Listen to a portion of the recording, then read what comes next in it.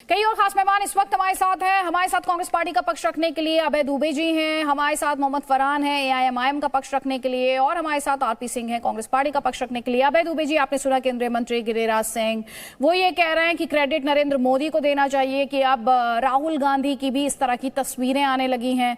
वो तस्वीरें जिन्हें लेकर जब वो बीजेपी के नेताओं की आया करती थी तो कांग्रेस पार्टी काफी क्रिटिकल रहा करती थी, हमला बोला करती थी। आपका जवाब? देखिए, बहुत निराश हैं भारतीय जनता पार्टी के लोग और उनको शोभा नहीं देता मोदी जी के लिए बिसात जैसे शब्दों का प्रयोग करते हैं। एक बार पूछिएगा मोदी जी से, कभी आप इंटरव्यू करें कि वो प्रतिपक्षी नेताओं के खिलाफ बिसात बिछाते हैं क्या?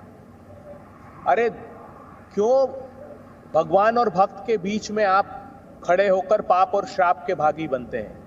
अगर वो मानसरोवर की पदयात्रा करते हैं कई किलोमीटर की कई दिनों तक तो तकलीफ है, सोमनाथ जाते हैं तो तकलीफ है, बद्री केदार की पदयात्रा करते हैं तो तकलीफ है, महाकाल के दर्शन करने जाते हैं तो तकलीफ। पीड़ा किस बात की है आपको? राहुल गांधी ने तो साफ कहा कि ये भारत जोड़ो यात्रा मेरी गैर राजनीतिक यात्रा है और नफरत मेरे सम्मुख किसी के प्रति मैं नफरत नहीं करता। आज गुजरात चुनाव में मैं अभी रास्ते में ही हूँ, मैं सूरत से अहमदाबाद की तरफ लौट रहा हूं। मैं देख रहा हूं जनता का बहुत अच्छा प्रतिसाद है। मोदी जी ने कल बाटला एनकाउंटर का प्रश्न उठाया, जनता ने कहा कि साहब वो बाटले का दाम बताइए मोदी जी, गैस का बाटला, यहाँ पर गैस को बाटला कहा जाता है, वो कहते हैं 400 रुपए का 1000 रुपए हो गया, जीना दूभर कर दिया आपने। दाल तेल 200 रुपए पार हो गए, पेट्रोल डीजल 100 रुपए पार हो गया, उसका जवाब नहीं देंगे। आज भी गुजरात में जहरीली शराब से लोग मरे हैं, तिल तिल कर तड़प तड़प कर। रोजीट के सरपंच ने लिखा कि मोदी जी फरवरी के माह में कि यहाँ गुजरात में जप्पे छप्पे पर जहरीली शराब बिक रही है, हमें बचाइए। नहीं बचाया, मुकाल के गाल में समा गए। मोरबी के पुल पर आपको आश्चर्य लगेगा, जयसूख भाई को सुखी रहने का आशीर्वाद दे दिया और जीवन भर जो कहते थे मैं भी चौकीदार हूं, उस पुल के चौकीदार को जेल में डाल दिया। वहां 4 वर्ष का बच्चा बगैर माँ बाप के जीवन जीने को जीवन भर मजबूर है। 8 माह का गर्भ धारण किए हुए महिला जल समाधि में चली गई। 150 लोग के लगभग वहां मर गए, मगर इनको अपराधियों को दंड देने की चिंता नहीं है। 22 परीक्षा पेपर लीक हुए गुजरात में। अभी मैं गुजरात के छात्रों से बात कर रहा था, उनको बड़ी वेदना और पीड़ा थी इस बात की। 2,84,000 2.84 लाख केसेस साइकोट्रोपिक सब्सटेंस के, नार्कोटिक ड्रग्स के और प्रोहिबिशन के, शराबबंदी के। इंडिया में सबसे ज्यादा, हिंदुस्तान में सबसे ज्यादा शराब का हब बनाकर छोड़ दिया गुजरात को। किस दिशा में गुजरात प्रांत को ले जाना? ठीक जवाब लीजिए। आरपी सिंह ये कह रहे हैं कि राहुल गांधी अगर मंदिर जाते हैं तो आपको तकलीफ क्यों होती है? राहुल गांधी तो पहले से मंदिर जा रहे हैं और ये गैर राजनीतिक उनकी यात्रा है, भारत जोड़ो यात्रा। जी, वो मंदिर जाएं, अच्छी बात है, स्वागत है। उनके मन में भी शिव के प्रति, भगवान शिव के प्रति या भगवान राम के प्रति कोई भावना जागृत हो, अच्छी बात है। परंतु ये वही कांग्रेस पार्टी है जिन्होंने कहा था कि राम काल्पनिक है, इस देश के राम काल्पनिक हैं। ये हल्फनामा दाखिल किया था कोर्ट के अंदर और डटकर विरोध किया था कि अयोध्या का मामला 2019 के पहले ना हो, बाद में हो, चुनाव से जोड़ दिया था कि मंदिर ना बन पाए, मंदिर को लेकर फैसला ना आए। याद है, कांग्रेस के ही सब लोग थे, कहीं और के लोग भी थे। तो सबको जानकारी है कि किसका कैसा कैरेक्टर है, किसका क्या चरित्र है, सबको जानकारी है। परंतु हम तो स्वागत कर रहे हैं, हम तो कह रहे हैं अच्छी बात है। और देश के अंदर सबके मन में सनातन के प्रति, हिंदुत्व के प्रति कोई भावना जागती हो तो अच्छी बात है। ये वही पार्टी है जिन्होंने कहा था हिंदुत्व आतंकवाद की परिभाषा पहली बार लेकर आए थे, जो वो शब्द था, पहली बार लेकर आए थे। इन्होंने कहा था अमेरिका के एम्बेसडर को कि देश को हिंदुत्व आतंकवाद से ज्यादा बड़ा खतरा है बनस्पत की लश्कर तोबा से। ये राहुल गांधी की शब्द, किसी और की शब्द नहीं है। समझौता एक्सप्रेस के जो लोग थे यहाँ पर, उनको छोड़ दिया गया, उनको जाने दिया गया। क्यों? क्योंकि हिंदुओं को आतंकवादी ठहराना था। मालेगांव के मामले में सबको जानकारी, तो लगातार आधा मिनट। ये सब बातें पहले भी कही गई हैं, वही सवाल बार बार पूछे जाते हैं। लेकिन यहाँ पर आपकी तरफ से भी तो कहा जाता है, सर वो शिव भक्त है तो कहा जाता है कि मां मृत्युंजय का मंत्र का जाप करके सुनाइए।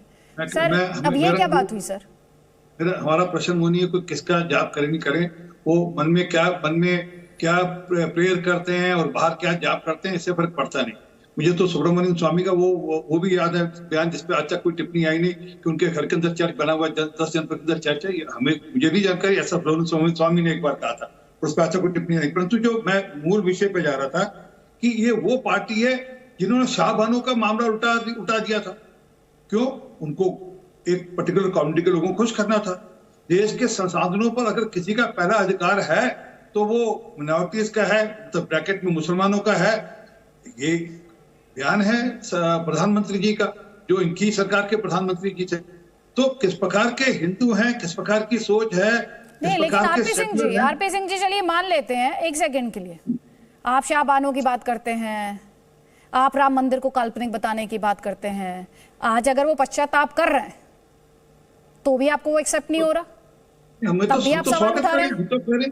इस देश की संस्कृति के अंदर, मूल संस्कृति के अंदर सब विश्वास करें, हम तो उनका स्वागत करते हैं। ठीक है, अभय दुबे जी का जवाब ले लीजिए। अभय दुबे जी, देखिए अदिति जी, विडंबना देखिए, और मैं आपको मेरे सनातन धर्म के बारे में बताऊं। पहले तो मैं भगवान शंकर के चरणों में नमन करता हूं। आदि अनादि अनंत अखंड अभेद अखेद सुबेद कहावे, अलख अगोचर रूप महेश को जोगी जति मुनि जान न पावे।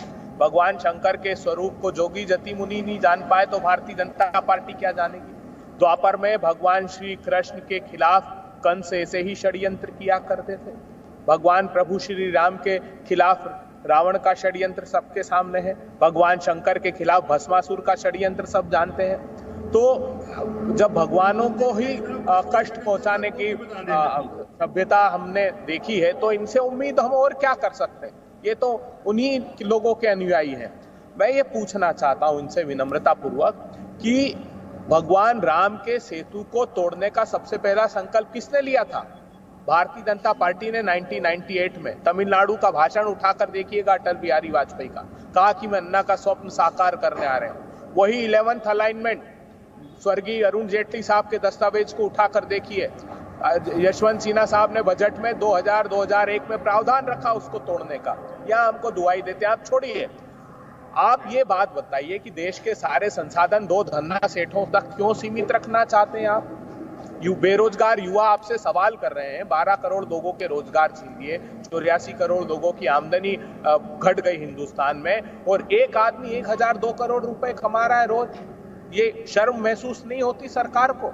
ये लगता नहीं सरकार को कि किस प्रकार गुजरात में 1 लाख ट्राइबल परिवार, क्यों हाई कोर्ट को कहना पड़ा गुजरात प्रांत में कि आपने 2006 से ऐसा लगता है कि ट्राइबल राइट एक्ट लागू ही नहीं किया गुजरात प्रांत में। आप गुजरात के किसानों की दुर्दशा पर ध्यान दीजिए। आप गुजरात के किसानों की दुर्दशा पर ध्यान दीजिए। आपने कहा सरप्लस स्टेट है, वहाँ 31 मार्च को नोटिफिकेशन जारी हुआ, सप्ताह में एक दिन औद्योगिक इकाइयां बंद की जाती गुजरात में क्योंकि 500 मेगावाट की डिफिशियंसी, और यहाँ ढिंडोरा पीट रहे हैं। इसीलिए तो ये सारे अनर्गल प्रलाप करने पड़ रहे हैं। दुबे जी, फिर तो सवाल यही उठेगा ना, जब इतने सारे मुद्दे हैं, इतनी दुर्दशा है वहां पर, इतनी बदहाली है, तो राहुल गांधी वहां थोड़ा और वक्त बिता लेते, वहां की जनता के बीच और समय बिताते, उनकी समस्याएं भी समझते और उनका सोल्यूशन भी सुझाते और वोटर से इस बारे में बात भी करते। ये भी तो एक सवाल उठेगा ना। एक कमेंट में लेना चाहती हूँ फरहान साहब का, प्लीज। फरहान साहब, यहाँ आप देख रहे हैं ये, अब आपने सुना थोड़ी देर पहले गिरिराज सिंह केंद्रीय मंत्री, वो कह रहे थे कि असदुद्दीन ओवैसी तो जिन्ना है, वो तो पोलराइज करना चाहते हैं, वो मुसलमानों को भड़काने का काम करते हैं। देखिए आदित्य जी, जो जिन्ना की बात करते हैं, इनके जबान पर जिन्ना बिल्कुल रटे हुए हैं, क्योंकि भारतीय जनता पार्टी के डिप्टी पीएम रहे और भारतीय जनता पार्टी के फाउंडर मेंबर रहे। वही गए थे जिन्ना की मजार पर चादर चढ़ाने के लिए। ना ओवैसी साहब गए थे, ना उनका कोई परिवार का व्यक्ति गया था चादर चढ़ाने के लिए। मैं दूसरी बात कहना चाहता हूं कि जो कांग्रेस पार्टी है, कांग्रेस पार्टी भी तमाम बड़ी बड़ी बातें कर रही है। कांग्रेस पार्टी गुजरात में चुनाव लड़ने का नाटक कर रही है। कांग्रेस पार्टी के जो प्रत्याशी हैं, ऐसे 22 प्रत्याशी हैं मैडम। मैं आपको बताना चाहता हूं, जो गुजरात के अंदर कांग्रेस पार्टी का गमछा ओढ़ करके और प्रचार कर रहे हैं भारतीय जनता पार्टी का। ये सोचिए, बड़े शर्म की बात है। क्यों ना राहुल गांधी, क्यों ना प्रियंका गांधी, क्यों ना मल्लिकार्जुन खड़गे, क्यों ना सोनिया गांधी बिहार में गुजरात से दूरी बनाए। इसीलिए गुजरात से दूरी बना रखी है इन लोगों ने, क्योंकि यहां का सिस्टम जान रहे हैं। और क्या वजह है, ये कांग्रेस के प्रवक्ता बता सकते हैं कि ये ऐसा काम कर रहे हैं। मुझे पता है कि कांग्रेस पार्टी में भारतीय जनता पार्टी को हराने की हैसियत नहीं है, इसी वजह से इन लोगों ने ये दूरी बना रखी है।